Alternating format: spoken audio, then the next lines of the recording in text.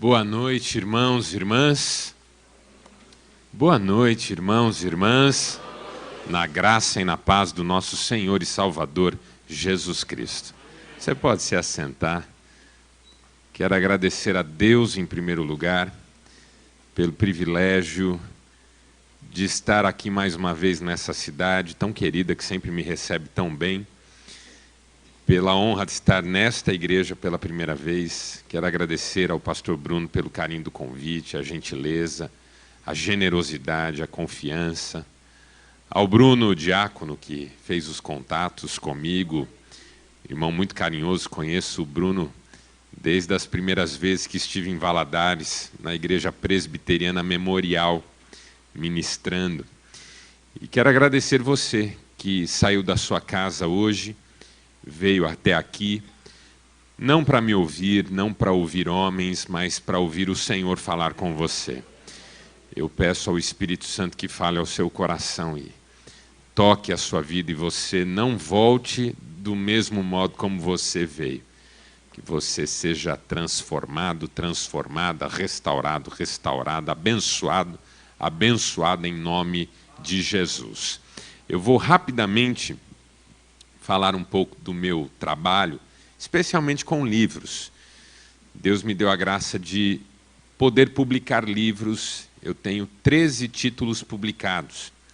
Se você quiser conhecer um pouquinho mais do meu ministério, tanto no Facebook, como no Instagram, como na rede mundial de computadores, o endereço é um só: siga Marcelo Gomes. Siga do verbo seguir, siga Marcelo Gomes. Lá no Instagram você vai ter alguma coisa, no Facebook, e o endereço na internet é sigamarcelogomes.com.br. Aí tem agenda, tem literatura, tem vídeos, tem devocionais, tem textos de edificação, tem bastante material que você vai poder aproveitar. E eu queria apresentar para você rapidamente 2 livros hoje. Eu trouxe acho que uns 7 títulos, mas eu vou falar só de 2 agora, para não cansar muito você, e amanhã eu falo dos outros. O primeiro livro que eu quero que você conheça é esse aqui: Manual Psicoteológico do Conselheiro Cristão. Esse livro eu escrevi em parceria com o Dr. Emerson Kobianchi, que é pastor, psicanalista e o fundador da Sociedade Psicanalítica do Paraná. Ele é uma sumidade. E nós escrevemos esse livro pensando em pessoas que gostam de ajudar pessoas através do aconselhamento. Você que faz isso sabe que aconselhar não é fácil. É desgastante para quem aconselha e para quem é aconselhado. Às vezes não sai da estaca zero. Às vezes traz desgaste relacional para quem atua nesse ministério. Esse é um livro que tem base bíblica, base psicanalítica, ferramentas para você desenvolver esse ministério da melhor maneira possível. O outro livro que eu quero apresentar hoje é o mais recente lançamento. Não é o mais novo livro, porque a primeira edição saiu em 2008, mas semana retrasada, 20 dias na verdade, saiu a 3ª edição desse livro aqui, Aprenda a Lidar com a Ansiedade. Eu sei que presbiterianos renovados não são ansiosos, eu sei disso. Mas você pode ter um amigo batista. Cada denominação que eu prego, a brincadeira dá uma mudada, entendeu? Esse livro tem ajudado muita gente a lidar com a ansiedade, que é considerado o mal do século. E fala aqui não só do que é ansiedade, de como lidar com a ansiedade, mas o que é, de certo modo, uma exclusividade desse livro, é que ele trata o que eu chamo aqui de os fatores geradores de ansiedade. Porque a gente trata da ansiedade, a gente toma remédio para a ansiedade, a gente fala sobre a ansiedade, mas a gente não melhora da ansiedade. Porque a ansiedade é um sintoma. Existem causas por trás da ansiedade. E enquanto nós não lidarmos seriamente com as causas, nós vamos resolver os sintomas só paliativamente. Quando você diz assim, eu preciso desse livro porque eu sou muito ansioso. Não é que você é ansioso. A ansiedade se manifesta porque existem razões na sua vida que favorecem o surgimento das expressões de ansiedade. Dizer eu sou ansioso é mais ou menos como dizer eu sou febril. Já teve febre? Não é porque você já teve febre que você é febril.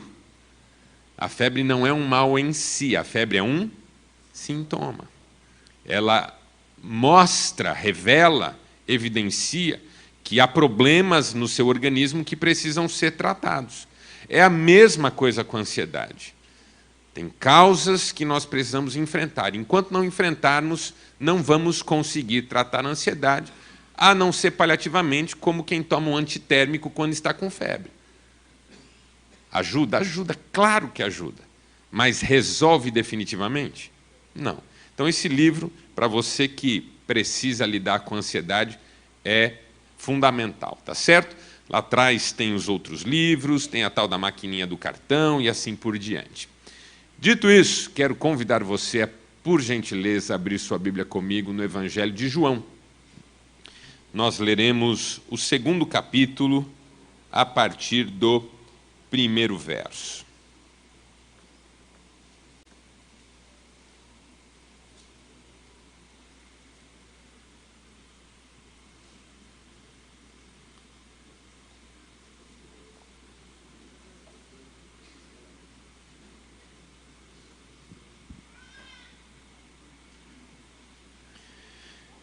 Evangelho segundo o apóstolo João, 2º capítulo, nós leremos do 1º verso até o verso de número 11. Texto bastante conhecido nosso, diz assim: No 3º dia houve um casamento em Caná da Galileia. A mãe de Jesus estava ali. Jesus e seus discípulos também haviam sido convidados para o casamento. Tendo acabado o vinho, a mãe de Jesus lhe disse: Eles não têm mais vinho. Respondeu Jesus: Que temos nós em comum, mulher? A minha hora ainda não chegou. Sua mãe disse aos serviçais: Façam tudo o que ele mandar. Ali perto havia 6 potes de pedra, do tipo usado pelos judeus para as purificações cerimoniais. Em cada pote cabiam entre 80 e 120 litros. Disse Jesus aos serviçais: Encham os potes com água. E os encheram até a borda. Então lhes disse: Agora levem um pouco ao encarregado da festa. Eles assim fizeram.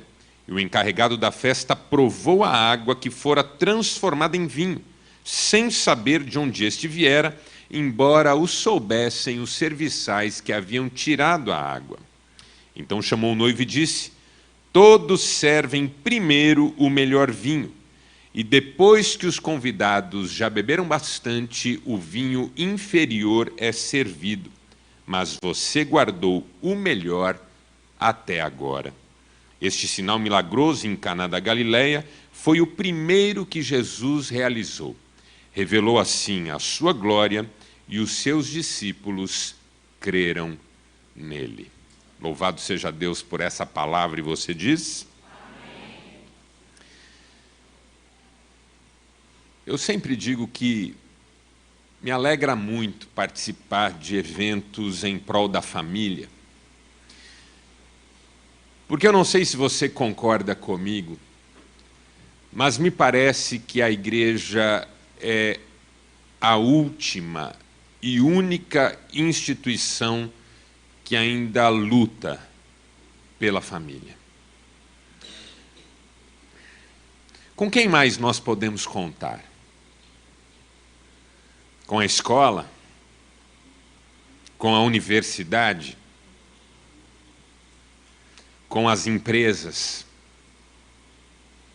à exceção de algumas que são dirigidas por cristãos, mas não é porque são empresários, é porque são cristãos. Podemos contar com governos. Às vezes a gente não pode contar nem com a família da gente. Nem a família luta pela família. A mulher procura o pai e diz: pai, meu marido está muito chato, eu não estou aguentando mais. Ele diz: filha, vem para casa, larga esse cara. O homem diz para a mãe: mãe, eu não sei o que eu faço. Filho, teu quarto ainda está aqui. Ainda tem um lugarzinho para você aqui. Nem a família, muitas vezes, luta pela família. À exceção da família cristã. Por ser cristã.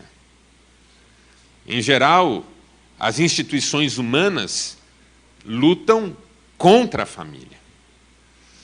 Sobra a igreja, que por chamado celestial ainda se levanta em favor das famílias. Ainda crê que a família é um projeto de Deus e é preciso ser cuidada com carinho. Então eu louvo a Deus por nós estarmos aqui esse final de semana e louvo a Deus por você estar aqui. Porque você está investindo na sua família. E o Senhor não deixará com que o esforço que você está fazendo seja em vão. A Bíblia diz isso, que no Senhor o nosso trabalho não é vão. Aleluia por isso. Quem crê nessa palavra? Eu também creio. O mundo que nós vivemos é um mundo que, na verdade, atenta contra a família. Nós estamos vivendo o drama da dissolução familiar. Quando saiu o censo de 2014, por exemplo, um dos dados que me chamou a atenção foi a duração média do casamento, que em 2004 era de 19 anos e em 2014 caiu para 14 anos. Veja, duração média.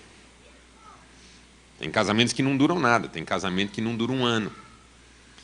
E cada vez mais as pessoas veem o divórcio como uma saída mais simples, mais fácil para os desgastes relacionais. As relações com os filhos, a convivência dentro de casa. A família tem sofrido de todos os lados, porque a família tem inimigos. E é importante que você saiba isso. Nós olhamos para a família com um olhar de amor, porque Deus tem trabalhado na nossa vida, mas a família tem inimigos. O primeiro grande inimigo da família, chama-se eu. Diga eu. Você mesmo. A nossa natureza é inimiga da família. Nossa natureza é pecaminosa, é corrompida, é caída, como nos ensina a Bíblia. E por essa razão, nós temos uma inclinação natural a sermos adversários dos nossos relacionamentos, das pessoas com quem nós convivemos. O que há em nós que nos atrapalha? Por exemplo, orgulho. O orgulho é uma característica do ser humano porque é uma expressão da nossa pecaminosidade. Foi o teólogo americano Raymond Niebuhr quem escreveu que todo pecado é orgulho. Ele aprendeu isso provavelmente com Dietrich Bonhoeffer, que escreveu que a raiz de todo pecado é a soberba. E todo mundo que fala sobre isso aprendeu com o apóstolo João, que disse que o pecado é concupiscência da carne, concupiscência dos olhos e soberba da vida. O que é o orgulho? O orgulho é essa intenção da minha natureza de consolidar-se como centro de um universo particular. Os outros girando ao meu redor, servindo aos meus interesses, me valorizando. Cada um pensando em si e não no seu próximo. A mulher querendo que o marido supra as suas carências, o marido querendo que a esposa supra as suas carências, os pais querendo suprir as suas carências na vida dos filhos. E nesse aspecto essa geração é campeã. Porque assim, você que é da minha geração para cima, os nossos pais não eram carentes afetivamente, pelo menos não conosco, os filhos. Minha mãe não ficava me olhando, criança, perguntando se eu a amava.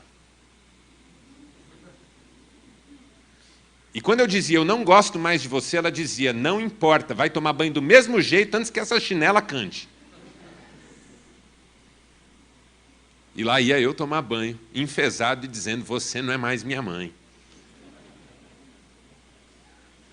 Hoje, se um menino de 2 anos fala para a mãe, você não é mais minha mãe, ela desmaia. Porque canalizou as suas carências afetivas na direção do filho.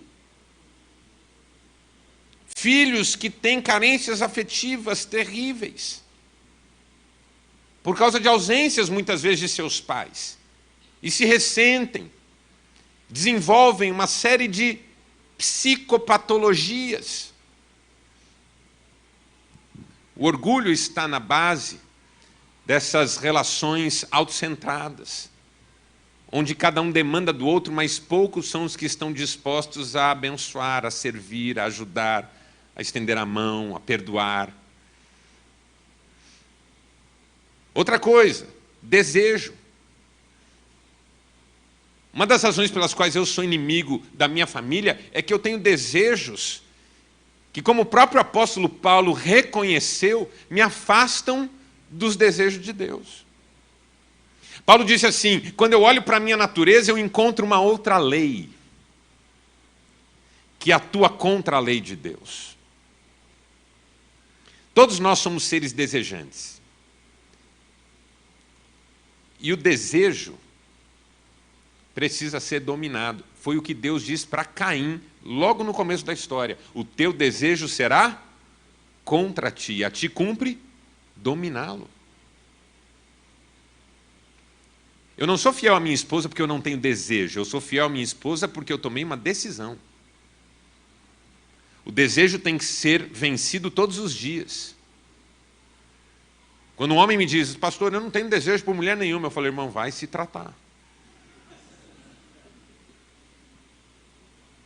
Todos somos seres desejantes, mas nossos desejos são submetidos todos os dias ao desejo de Deus, à vontade de Deus, porque a vontade de Deus é boa, perfeita e agradável. O meu desejo me leva à destruição.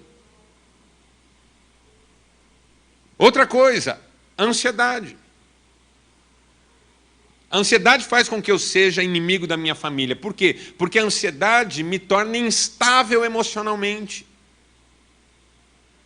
A ansiedade faz com que eu tenha desarranjos funcionais, prejuízos de mobilidade, estresse, nervosismo, o que eu chamo de sintomas do corpo, da mente e do comportamento. O quadro sintomático da presença e da intensidade da ansiedade na nossa vida. Sintomas do corpo, porque dói tudo. Pode ter queda de cabelo. Não é a única razão. Queda de cabelo também é genético. Manchas no corpo, problemas estomacais ou intestinais, desenvolvimento de quadros como gastrite, úlcera. Sintomas da mente, confusão dos pensamentos, o que eu chamo no livro de circuito PDA da ansiedade, dos pensamentos persistentes, desarticulados e angustiantes. Persistente porque você diz para você mesmo, não vou pensar mais nisso. E quando vê, está pensando.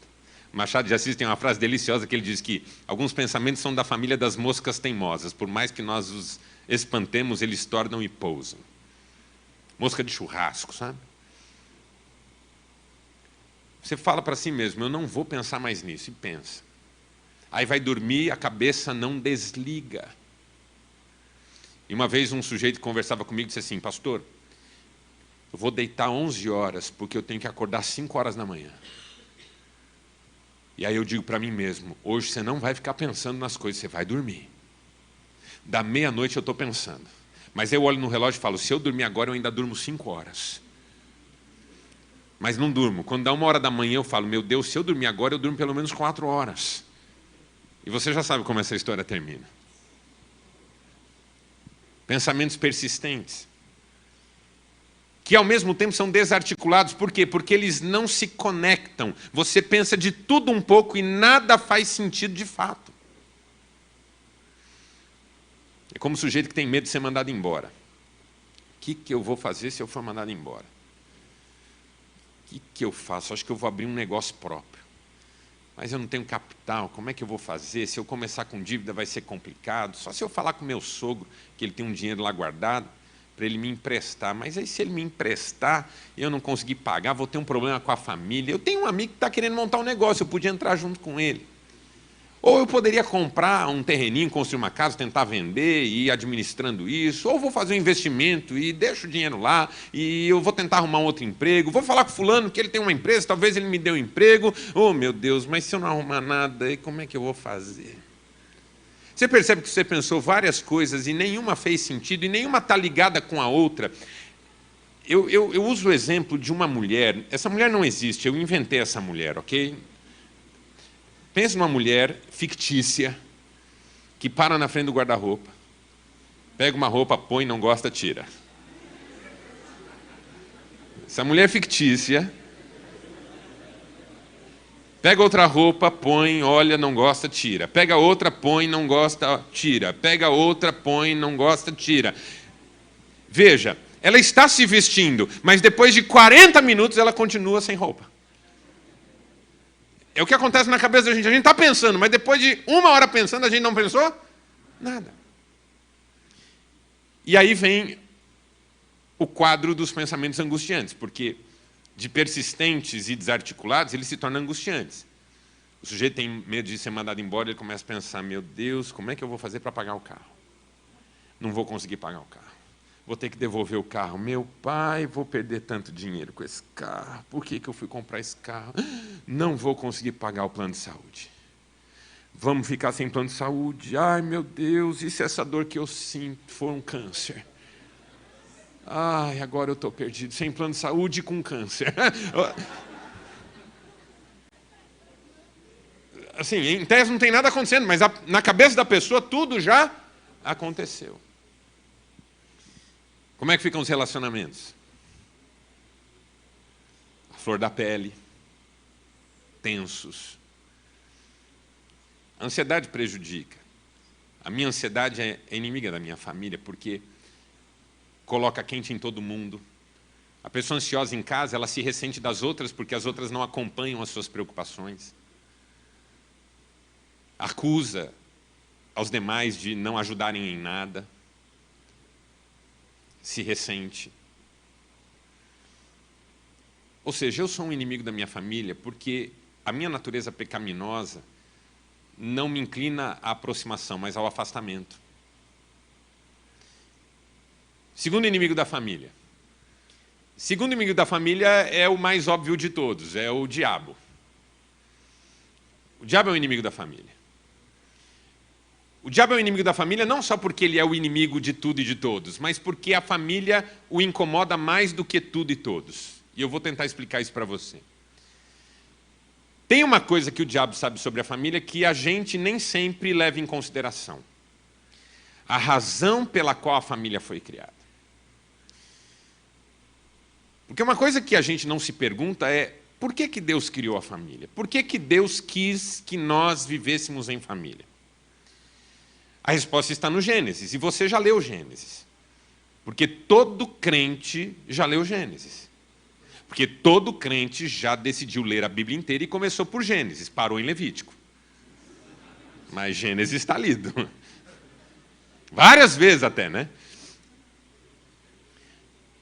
Você lê o livro de Gênesis, e o livro de Gênesis começa com uma repetição que marca. Viu Deus que era bom, viu Deus que era bom, viu Deus que era bom, viu Deus que era bom, viu Deus que era bom, viu Deus que era muito bom.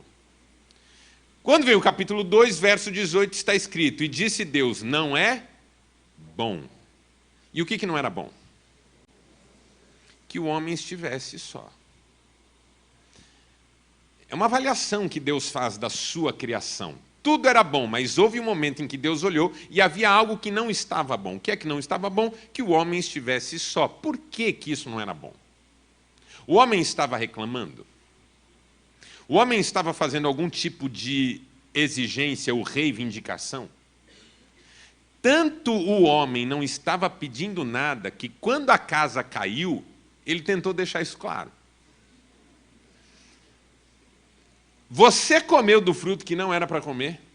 Então, a mulher que tu me deste,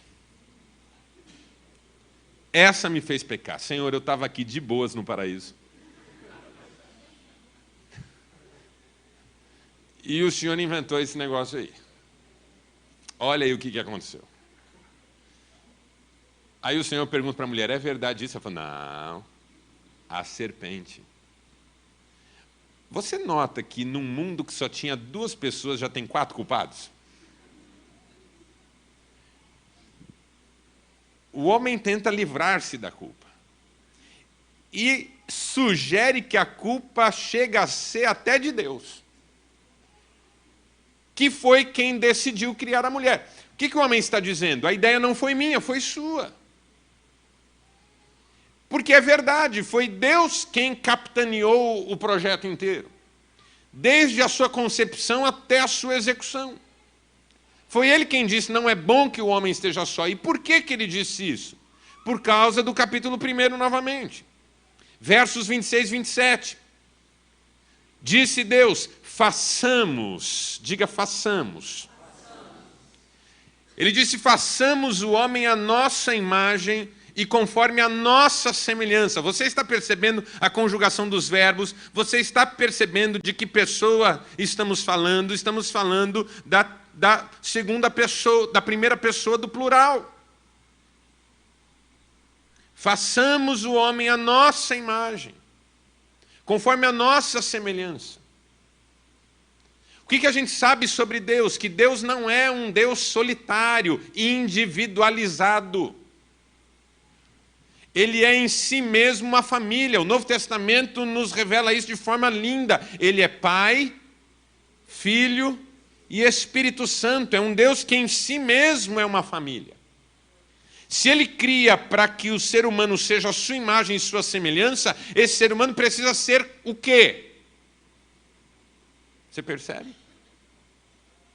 Então, quando Deus olha o homem sozinho, ele diz, não está bom. Não é o que eu pensei, ainda. Ele vai precisar de alguém para constituir uma família, para aí sim poder revelar quem eu sou de forma plena. Você nota que a saga da Bíblia em relação ao filho é, de alguma maneira, constituir para o filho um povo que lhe sirva como esposa para as bodas finais.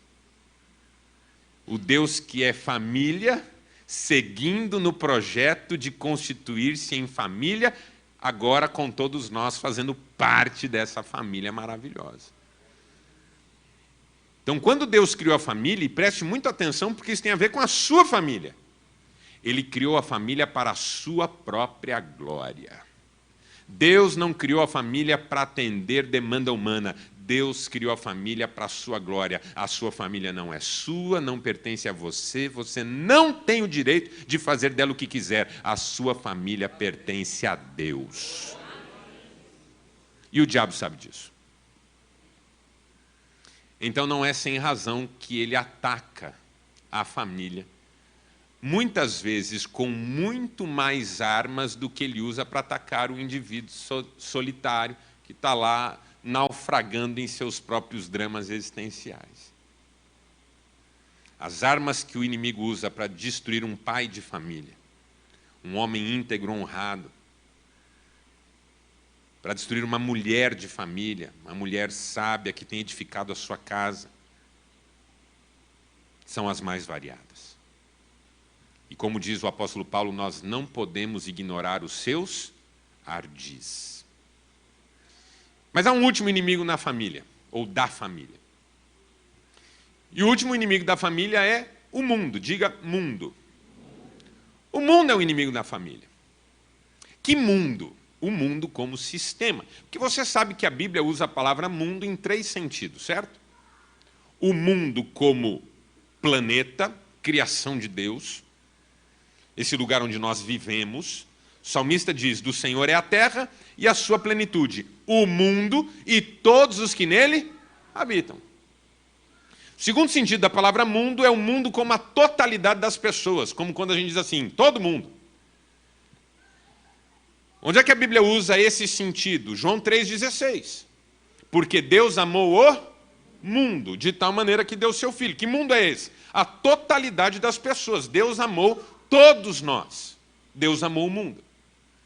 Mas o terceiro sentido da palavra mundo na Bíblia é o que nos interessa, o mundo como sistema.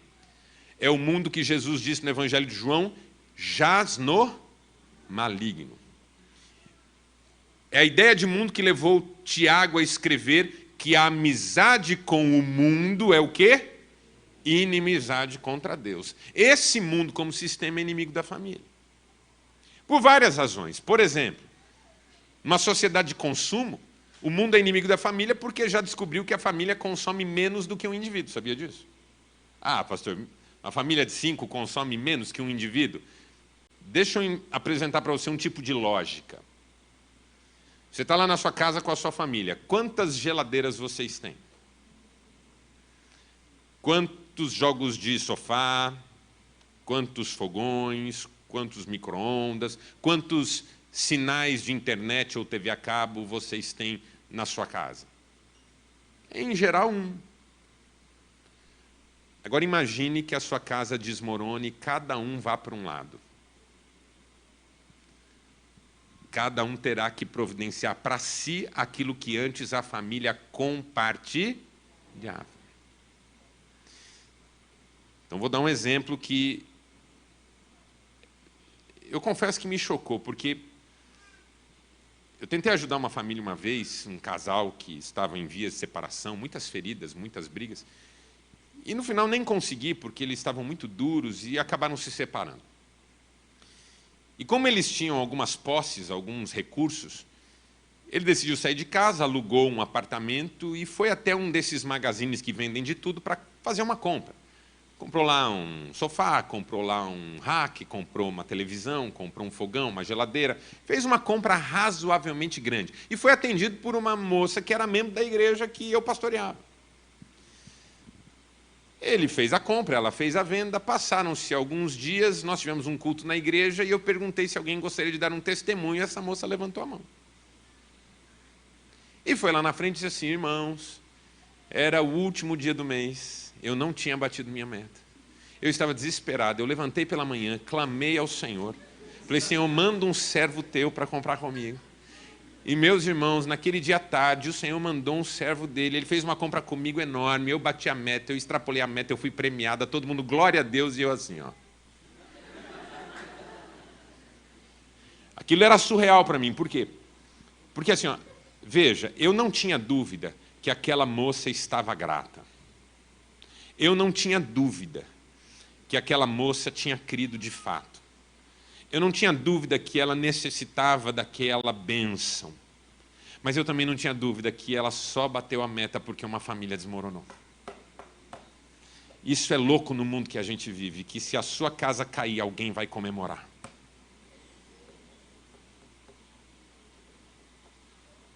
O advogado, então?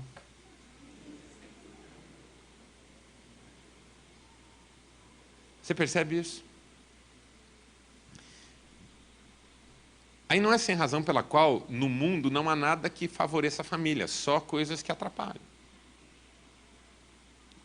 A propaganda atrapalha, a novela atrapalha, o filme atrapalha. Parece que tudo é feito para gerar em você uma espécie de insatisfação. A vida não é boa do jeito que é, você tem que mudar, você tem que trocar tudo, você tem que trocar roupa, você tem que trocar móveis, você tem que trocar as pessoas.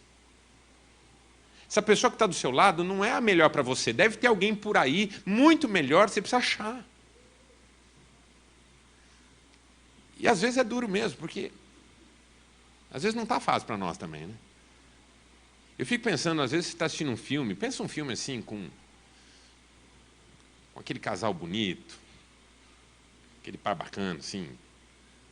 Pensa um cara bonito, Brad Pitt. É uma beleza que te agrada, pastor Bruno? É. A mim me agrada. Tá lá com a ex-esposa, Angelina Jolie. E aí, ela está em perigo, olha aí. E o bandido vai atirar nela, e quando ele finalmente atira, o Brad Pitt pula na frente da bala. Cai ferido nos braços dela, meio que dando a vida dele pela dela, entendeu? E a senhora assistindo, quase emocionada. E aí a senhora olha para o lado.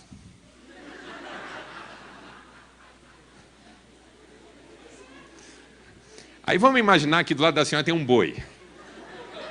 Um boi que a senhora cria em casa. Só desorba, deitado, esparramado, peito sujo de molho de macarrão. A senhora sabe que o boi está vivo porque ele rumina alguma coisa ainda. Aí a senhora olha para o boi e olha para o Brad. Olha para o boi, olha para o Brad e fala, não foi isso que eu sonhei, não. Me enganaram. Os homens ficam bravos comigo, mas vocês entendem que eu não posso inverter a história, certo? Então estamos resolvidos e fica por isso mesmo.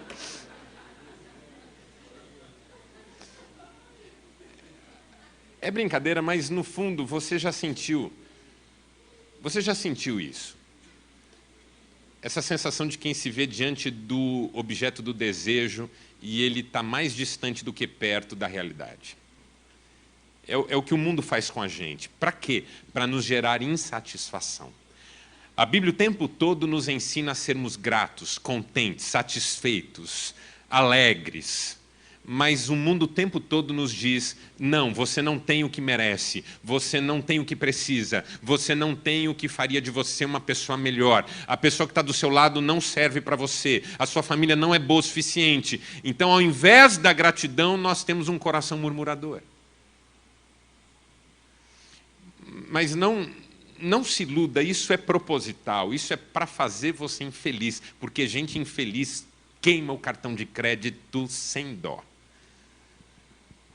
Tem que comprar remédio, tem que comprar ansiolítico, tem que comprar gotas de felicidade em algum tipo de armazém da vida, tem que fazer programa de aventura, tem que viajar para cada vez lugares mais caros, porque na vida da infelicidade, tudo é uma tentativa de ser um pouco menos infeliz. E tentar viver de forma um pouco menos infeliz é muito caro. Viver feliz não é caro, porque a felicidade e a simplicidade andam de mãos dadas. A infelicidade é que é custosa, custa muito caro. E muita gente se beneficia muito da infelicidade. É por essas razões que a família tem inimigos. Mas para eu não ficar insistindo nesse assunto com você, porque eu creio que você já entendeu, eu quero que você saiba nessa noite que a família tem um grande amigo. E o nome dele é Jesus. A família tem um grande amigo. Um amigo perfeito. Um amigo que a defende, que a abençoa, que a socorre. Até nos momentos mais corriqueiros. Me parece que esse texto ele tem uma força para a gente falar sobre isso, porque só quem conhece o contexto de uma família sabe a força dessa situação que Jesus resolveu. Porque assim, não é que alguém ficou paralítico, não é que havia um cego, não é que havia um leproso, não é que havia... Na verdade, acabou o vinho de uma festa. Mas é uma festa de uma família que sonhou com aquilo, que planejou aquilo, que via aquilo como o ápice da vida familiar naquele momento. Quem é que não sonha com o casamento de um filho, com o casamento de uma filha? É a união de duas famílias que estão realizando juntas um sonho. Acabou o vinho, vai sem vinho. Ok, mas quem planejou, quem preparou, quem sonhou, não está vendo isso com tranquilidade, está sofrendo. A gente prepara tanto casamento. Hoje até mais do que antes. Porque quando eu casei, parece que era um pouco mais fácil casar. Onde é que você casa? Na igreja. Quem é que faz? O pastor. Quem é que toca? O pessoal do louvor. O menino do teclado vai ensaiar a marcha nupcial na última semana. Na hora dá uma errada, mas passa. E o arranjo de flor? É no corredor. E a festa? Vai ser lá na casa da minha mãe, ou vai ser no buffet de um amigo. O que vai servir? Coxinha, quibe, Croquete, eu nunca mais vi croquete. Eu não sei se foi proibido, eu não acompanhei esse processo, mas eu não vi mais. Um tio perguntou, para onde vocês vão viajar? Vamos viajar não, a gente está sem dinheiro, estamos preferindo investir na casa. Não, vão lá para minha chácara. Vocês vão amar, lá não tem nem televisão. O que nós vamos fazer lá? 2 dias a gente está entediado. Mas era bom. Aí eu vejo os casamentos de hoje, alguns, meu pai. Quem que vai tocar? É uma orquestra, com coral. Onde vai ser? Num buffet todo feito de vidro. Quem que vai cuidar da porta? São promoters com intercomunicadores. A aliança vai entrar num drone.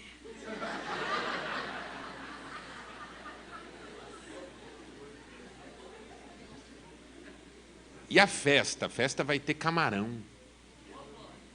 Eu também acho espetacular. Eu gosto mais de ir nas festas de hoje, claro. Para onde vocês vão viajar? É assim, quando eu pergunto para onde um casal que está casando vai viajar, eu nunca mais ouvi alguém dizer Poços de Caldas. Não, nós vamos para Cancún, pastor. Vamos para Dubai. Vamos para Paris. Falou, esse povo está firme de dinheiro, hein? Volta a viver para você ver só, volta. Volta lá para a vida normal, quando terminar tudo isso aí, para ver o que é bom. Mas não importa hoje, ontem. A gente sempre cuidou de tudo com tanto carinho, porque é um passo decisivo. Quando eu lembro de como eu e minha mulher cuidamos do nosso casamento, eu penso que essa família deve ter se estressado porque acabou o vinho. Eu penso que o ambiente ficou um pouco instável por causa dessa informação de última hora. Mas eu também penso quão grande é o amor de Jesus, que até na nossa luta corriqueira se faz presente e nos abençoa. A família tem um amigo, Jesus. É preciso que ele faça parte, é preciso que ele esteja presente. Essa metáfora de que Jesus foi convidado para o casamento. Olha a implicação que isso tem para a nossa vida. Jesus foi convidado. Porque ele não entra sem ser convidado. Ele não se impõe. Quem se impõe é o diabo, Jesus não. Jesus convida e ao mesmo tempo quer ser convidado. Se alguém ouvir a minha voz e abrir a porta, eu entrarei. Aleluia. E esse texto me ensina algumas lições que eu gostaria que você usasse para vencer os inimigos do casamento. Porque Jesus é um amigo do casamento que nos ajuda a vencer os inimigos do casamento. E com ele nós somos mais que vencedores. Quem crê nisso, diga amém. Primeira lição que eu aprendo nesse texto tem a ver com o desafio de vencer eu mesmo. E se eu quero vencer eu mesmo, eu preciso aprender a deixar Deus ser Deus. Vamos dizer juntos? Deixar Deus ser Deus. Mais uma vez, deixar Deus ser Deus. Deus é Deus sem a minha concordância, Deus é Deus sem a minha aquiescência, Deus é Deus sem a minha participação, Deus é Deus. Mas eu preciso aprender a deixá-lo ser Deus na minha vida. Porque o meu orgulho faz o quê? Com que eu queira ser Deus na minha vida. Jean-Paul Sartre, o filósofo existencialista, certa vez escreveu que o homem é, no fundo, vontade de ser Deus. Deus da sua vida, Deus das suas decisões. Sabe aquela coisa, eu sou dono do meu nariz? A gente quer fazer a vida do nosso jeito, ter a vida sob o nosso controle. Não é fácil deixar Deus ser Deus, porque isso envolve renúncia, entrega. Jesus disse, se alguém quer vir após mim, negue-se a si mesmo. O orgulho não quer que você tenha outro Deus que não você mesmo. Mas quando nós conhecemos o Deus vivo e verdadeiro, a primeira coisa que a gente descobre é que a gente não é nada. E a segunda é que precisa deixar Ele ser Deus na nossa vida. É a palavra que João disse em relação a Jesus. Importa que Ele cresça e que eu diminua. Se eu quero me vencer, eu preciso deixar Deus ser Deus na minha vida. Me entregar, me anular naquilo que atrapalha o agir de Deus em mim. O que acontece nesse dia? Acaba o vinho. E Maria, de alguma forma, fica sabendo disso. Eu, particularmente, acho que porque mulheres sempre ficam sabendo o que está acontecendo. O homem já pediu vinho 3 vezes e, de repente, ele olha e fala assim, escuta, eu já pedi um monte de vezes que... A mulher já sacou o que está acontecendo. Porque mulheres são observadoras. É o modo como Deus as fez. Deus as fez capazes de perceber o que está acontecendo à sua volta, sintonizadas. Homens não são observadores. Eu não sou observador. Eu sou pouquíssimo observador. Eu passo vergonha, às vezes, até. Cristiane, minha mulher, fala assim, amor, eu senti o fulano tão tristezinho hoje na igreja. Eu digo, fulano foi? Eu não reparei. Eu faço muitos casamentos, já fiz muitos casamentos, né? Não faço mais hoje, mas já fiz muitos casamentos. Eu fico sempre lá na frente esperando, o pastor deve fazer assim também, fica lá esperando todo mundo chegar e olhando o comportamento geral. A hora que entra a noiva, eu fico olhando para as pessoas. E é um barato as pessoas olhando a noiva entrar, porque os homens olham a noiva entrar assim, ó.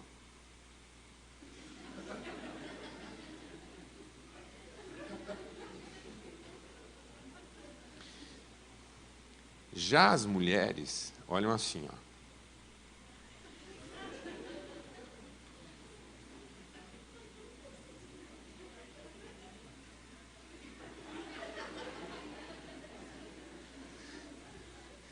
Uma vez minha mulher chegou em casa e falou assim, amor, eu queria um sapato igual daquela madrinha de verde. Eu não vi madrinha de verde, eu não tenho ideia de que sapato ela estava usando, eu nem sei se ela foi. Minha mulher é observadora, eu não. Não presta atenção, não presta atenção. Esses dias eu cheguei em casa, fiquei com ela conversando e tal. Uma hora ela falou assim, você nem notou que eu cortei o cabelo, né? Eu falei, amor, a gente já tem 23 anos de casado. É impossível notar que você cortou o cabelo 2 dedos. Foi 2 dedos, não foi? Ela falou, foi. Eu falei, então. Ah, não, eu sei, mas é que eu cortei um pouquinho as pontas e tal. Conversamos. No dia seguinte de manhã, nós fomos tomar café num lugar. Apareceu uma amiga dela, olhou para ela e falou assim, você cortou o cabelo. Eu falei, isso é demônio. Isso foi o diabo que te revelou, não é possível. Isso não existe. Eu estou falando, o dia anterior eu falei, é impossível notar a diferença. Minha mulher até concordou, é verdade, é impossível mesmo, né? Que história é essa? Você cortou o cabelo. Eu falei, sai agora. Eu não sei, eu acho que Maria estava lá e percebeu que estava uma agitação, uma confusão e tal. E ela foi lá, escuta, aconteceu alguma coisa? Eu estou vendo aí todo mundo preocupado. Alguém disse, acabou o vinho. E a Maria percebeu que isso era sério. É porque às vezes só quem está na situação sabe o quanto alguma coisa é importante. E aí ela tem uma ideia, ela vai falar com Jesus. E ela diz, olha, eles não têm mais vinho. A ideia é que ela estava sugerindo que ele fizesse alguma coisa. E aí a força da resposta dele, o que temos nós em comum? Minha hora não é chegada. O que Jesus está dizendo? O meu ministério não é nosso, ok? Eu não preciso que ninguém me diga qual é a hora de eu agir. Tanto que depois ele faz um milagre. Então por que ele fala desse jeito? Para deixar claro que ele vai agir porque entende que a hora dele é aquela na sequência, mas que não é o desejo e a intenção do outro que movem a ação dele.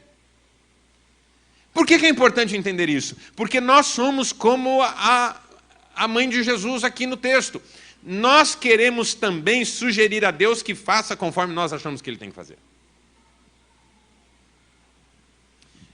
A gente faz orações que seriam cômicas não fossem trágicas.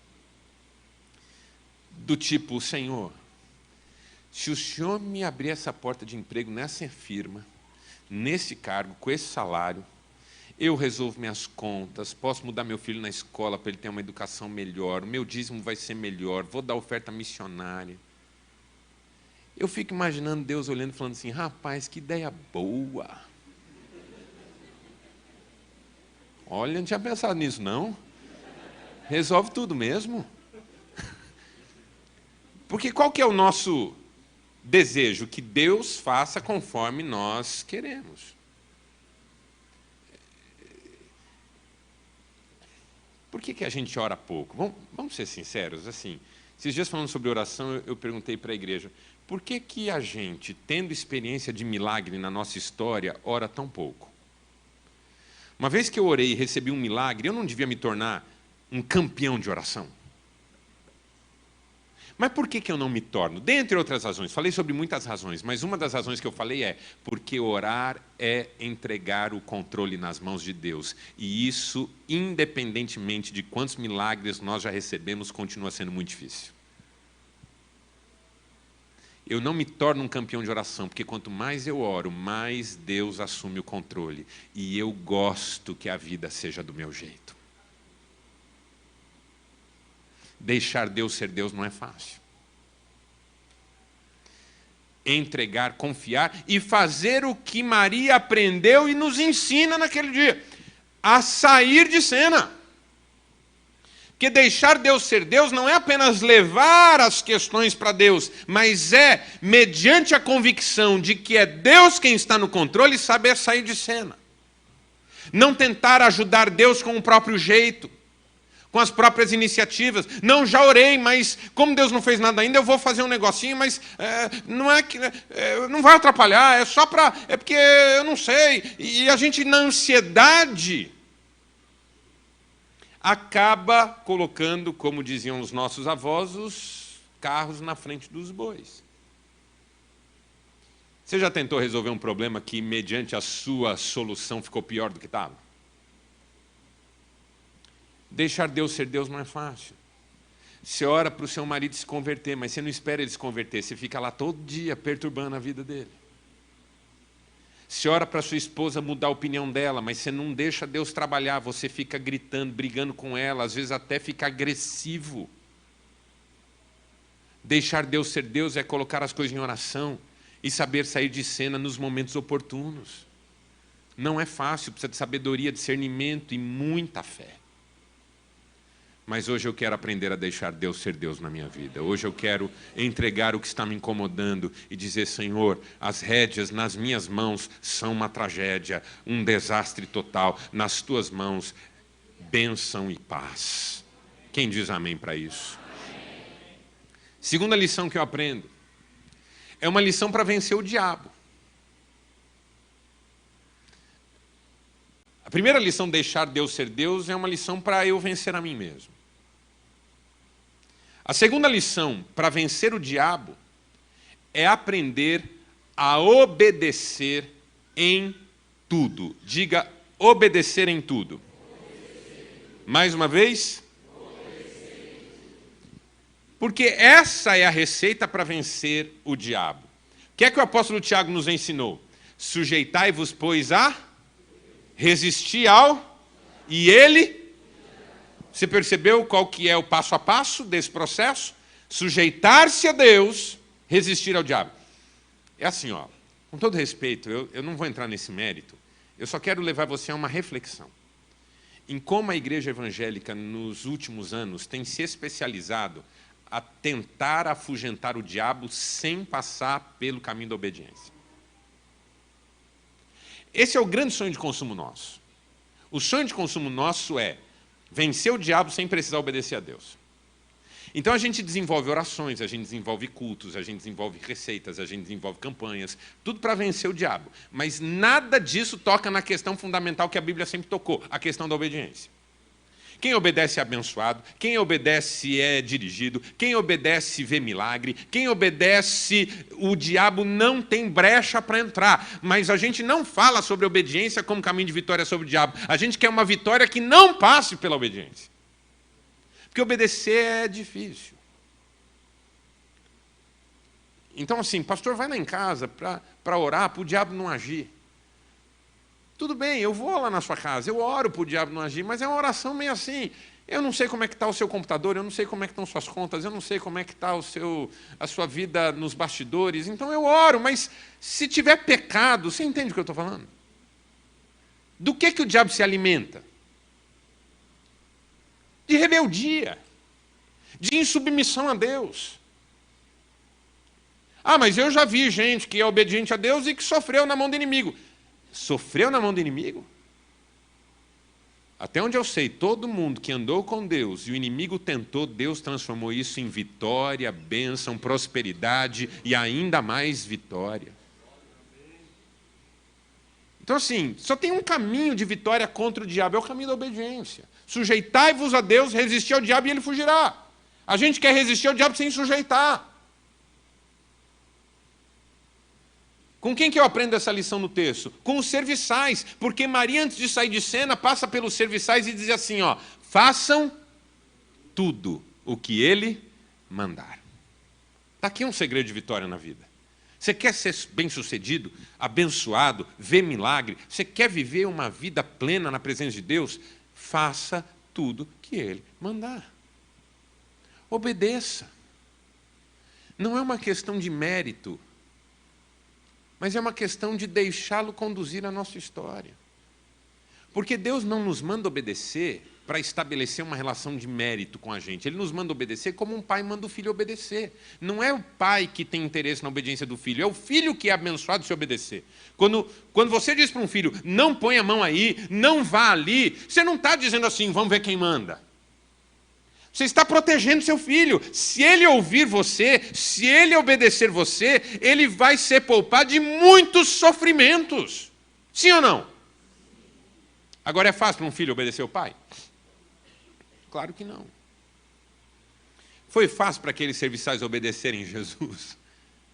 Claro que não. Eles tinham 3 motivos para não obedecer. Porque eles chegam para Jesus e falam, olha, teve uma mulher aí que passou por nós e falou para a gente fazer tudo que o senhor mandar. O que o senhor manda? Jesus fala assim, estão vendo aquelas talhas? Encham com água. Eu acho que um olhou para o outro. Olharam para Jesus e falaram, mestre, vamos lá, primeiro. Aquelas talhas são cerimoniais, para as purificações. Elas são sagradas, elas não podem ser usadas em festas comuns. Porque o casamento era considerado uma festa comum, familiar. Não era uma festa religiosa da religião judaica. Então aquelas talhas não poderiam ser usadas para esse fim. Não pode, uma coisa é uma coisa, outra coisa é outra coisa. Segundo, aquelas talhas eram de pedra e continham de 80 a 120 litros de capacidade. Eu estive em Israel, fui em Caná da Galileia e vi uma talha dessa preservada. Eu digo para você que 5 homens não carregam uma talha daquela. Aí Jesus manda encher com água, é fácil. 5 ou 6 talhas. Eu tive em casa aquele bebedouro que você troca galão. Você já teve? Ou tem ainda? Quando minha mulher falava, amor, acabou a água, saía até uma lágrima dos meus olhos. Eu pensava na minha hérnia, eu pensava em, pai, por que acaba a água? Era um galão de plástico e de 20 litros. Jesus quer que encha de água 6 talhas de pedra de 80 a 120 litros cada uma. E tem uma terceira razão. Água tem. Não foi a água que acabou, foi o vinho. Você percebe que eles têm 3 razões para não obedecer? Não faz sentido. Como Pedro naquele dia, que Jesus disse assim, lancem as redes. Pedro tinha 3 motivos para não obedecer. Primeiro, é de dia e o melhor horário para pescar é a noite. Por quê? Porque lá funciona assim, de dia é muito quente, de noite é frio. Então, de dia, os peixes vão lá para o fundo, onde as águas são mais frias. A superfície fica muito aquecida. E de noite, como fica muito gelado, os peixes sobem. Então, é a hora que os pescadores vão e passam suas redes. Não é o melhor horário para pescar de dia. Segundo, por mais que de noite é o horário de pescar, nós pescamos a noite inteira e não pegamos nada. O mar não está para peixe, não tem nada para a gente pegar lá. Porque no melhor horário a gente não pegou, no pior aí que não vai pegar mesmo. E terceiro, essas só as irmãs que limpam a própria casa vão entender. As redes já estão lavadas. Porque quando Jesus os encontrou, eles estavam lavando as redes. A irmã que limpa a casa, fala a verdade. Dia de faxina, não era um sonho a família tudo dormir num hotel? Para pelo menos a casa ficar limpa um dia, não é assim? Pelo menos um dia ficar limpa. Eu não sei você, mas às vezes incomoda alguém querer usar alguma coisa que você acabou de limpar e guardar. Uma vez eu entrei na cozinha, a Cristiane é muito engraçada, eu passei por ela, estava terminando de lavar uma louça, eu passei por ela e peguei um copo. Quando eu peguei um copo, ela falou assim, onde é que você vai com esse copo? Eu falei, vou beber água, fui com esse copo, não, acabei de lavar. Eu falei, mas eu vou beber água. Ela falou assim, esse copo ficou aqui a manhã inteira, você não lavou. Agora que eu terminei de lavar, você vai usar? Eu falei, mas eu vou beber água. Ela falou, com esse copo não. Eu falei, mas como é que eu bebo água? Ela falou, não sei, liga a torneira, põe a mão assim, esse copo você não vai usar. Acabei de lavar. Então os discípulos tinham 3 motivos para não lançar as redes. Pedro respondeu, mestre, pela tua palavra, aleluia, nós lançaremos as nossas redes. Vai ser obediência pura, pura. Nossas avós diziam, manda quem? Pode, obedece quem tem juízo.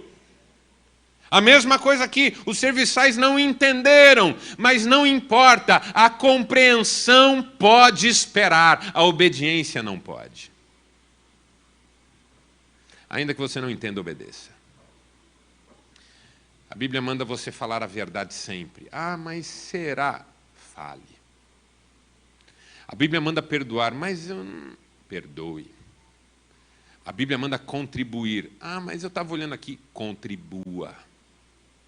Obedeça em tudo, mesmo naquilo que você não compreende. Porque na obediência tem bênção para você. Na obediência tem bênção para a sua casa. Não quer dizer que tudo vai dar certo do jeito que você quer que dê certo. Mas o inimigo não terá poder na sua vida.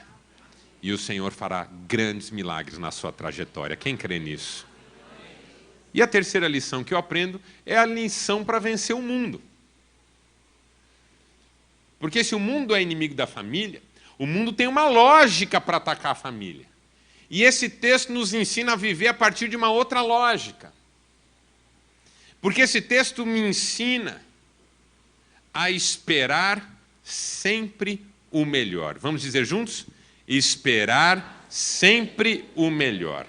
Olha que lindo que nós estamos aprendendo hoje aqui. Deixar Deus ser Deus, obedecer em tudo e esperar sempre o melhor.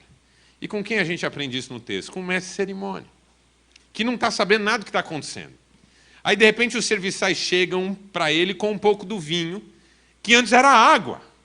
Eles sabiam, mas o mestre de cerimônias não. E aí o mestre de cerimônias vê aquele vinho, imagina, eu imagino isso, que alguém foi comprar ou tinha um estoque. Eu não sei como que ele pensou que o problema poderia ter sido resolvido.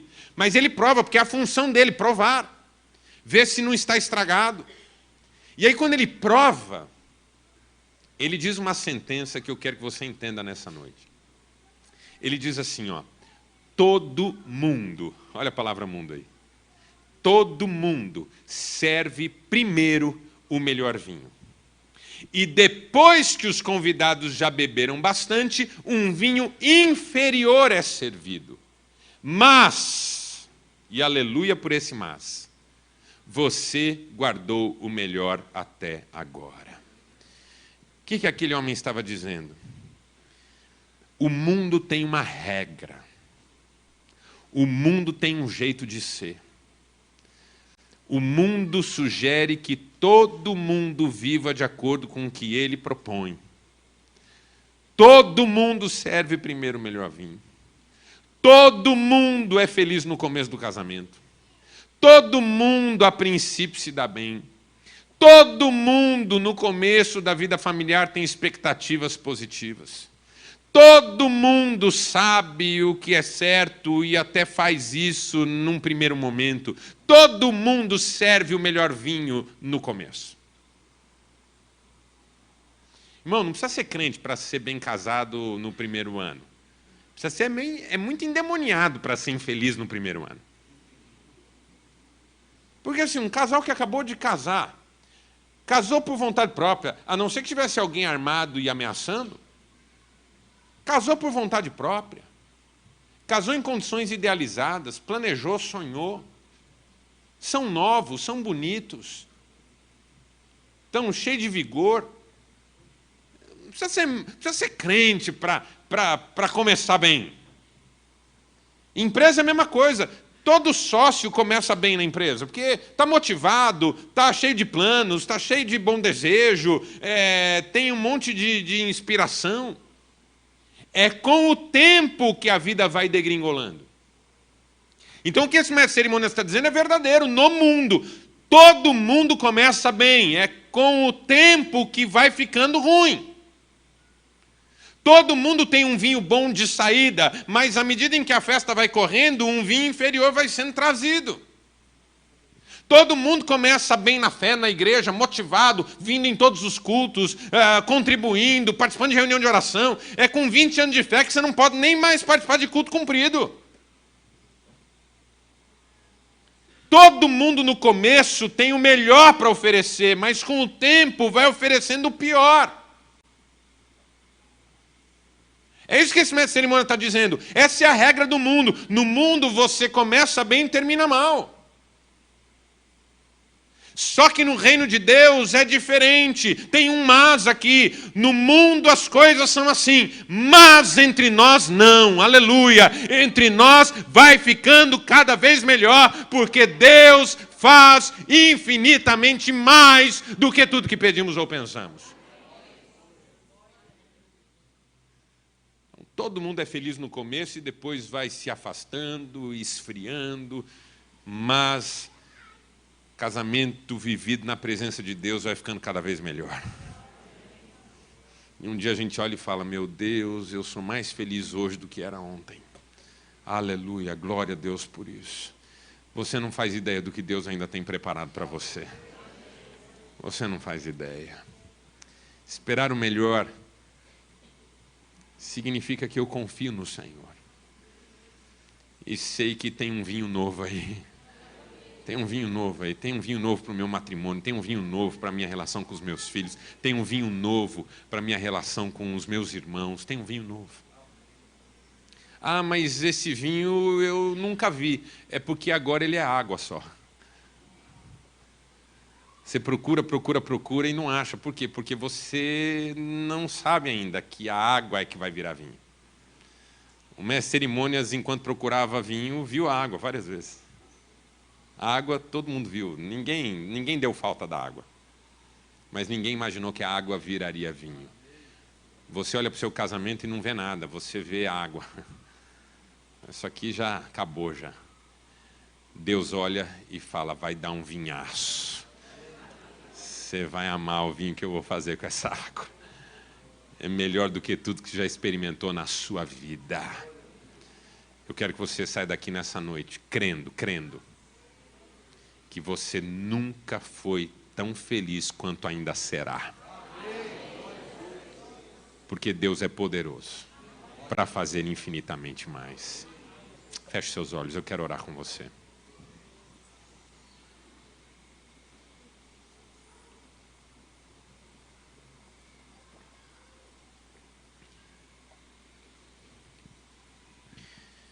Quantos gostariam de deixar Deus ser Deus?